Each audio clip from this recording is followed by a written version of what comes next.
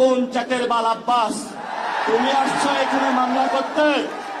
গুনার টাইম নাই। এই যে আমার নামে আজকে একটা মামলা হলো, মানহানির মামলা। ওই ব্যক্তি চাঁদাবাজি করে, সন্ত্রাসী করে।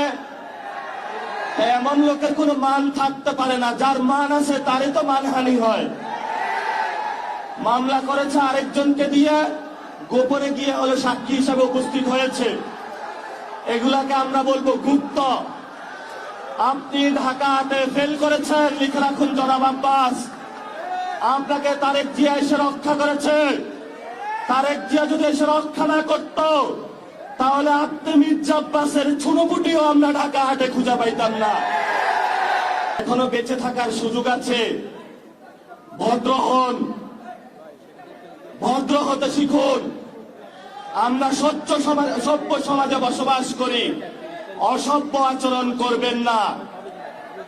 অসভ্য আচরণ যদি করেন, কিভাবে আপনাকে সভ্য করতে হয়, আপনাদেরকে সভ্য করতে হয়, এটা আমাদের ভালো করে জানা আছে। ওরা আমাদের ভয় দেখায়। আমরা এক আল্লাহ ছাড়া কারো কাছে ভয় পাই না। মামলা হামলা অনেক আগেই পার করেছি। শেখ হাসিনার আমলে রিমান্ডে নিয়ে আমাকে মাথা নিচের দিকে দিয়ে, পা উপর দিকে দিয়ে সারা রাত নির্যাতন করেছিল। কখনো আপোষ করার চেষ্টা করি নাই। তুমি কোন চাটের বাল আব্বাস? তুমি আসছো এখানে মামলা করতে?